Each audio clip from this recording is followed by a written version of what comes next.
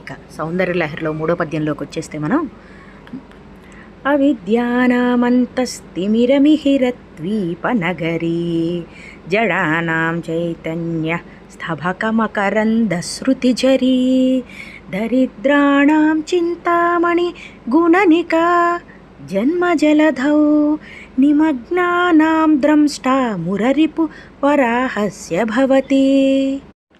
అమ్మవారి యొక్క 2-3 శ్లోకాలు రెండూ కూడా అమ్మవారి పాదాల చెంత ఉండే ధూళి లేసమంత మాత్రమేనే మన పైన ప్రసరించగా మన యొక్క అజ్ఞానము అంధకారము అన్నీ పోయి సంసార బంధనం నుంచి విముక్తి కలగాలి అని అమ్మవారి యొక్క పాదాలను ఉద్దేశిస్తూ ఈ 2 పద్యాలు మనం శ్లోకిస్తే చాలా సత్ఫలితాలు కలుగుతాయి.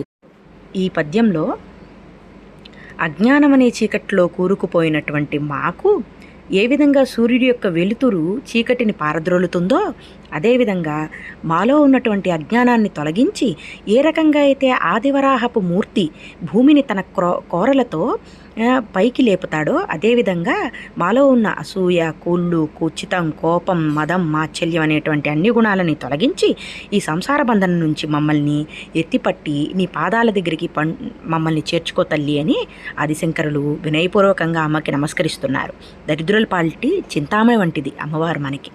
అజ్ఞానంలో కూరుకుపోయినటువంటి జడులమైనటువంటి మనకి తేనె యొక్క మకరందం, ఎటువంటి పుష్పంలోని తేనె యొక్క మకరందం ఎంత రుచికరంగా ఉంటుందో అమ్మవారి పాదపద్మాలు అదేవిధంగా మనకి ఆమెని ధ్యానించటం వలన ఎంతో అద్భుతంగా అజ్ఞానం నుంచి బయటపడి జ్ఞానంలోకి వెళ్తూ ఈ సంసార బంధనం నుంచి మమ్మల్ని ఎత్తిపట్టే విధంగా అమ్మవారిని ప్రార్థిస్తూ మంగళకరంగా అమ్మవారి యొక్క పాదపద్మాలని మన మనస్సులో ధ్యానిస్తూ ప్రతిరోజు ఈ పద్యాన్ని విడవకుండా తప్పకుండా 1 రోజులు క్రమంగా దీని ఫలితం అద్భుతంగా ఉంటుంది.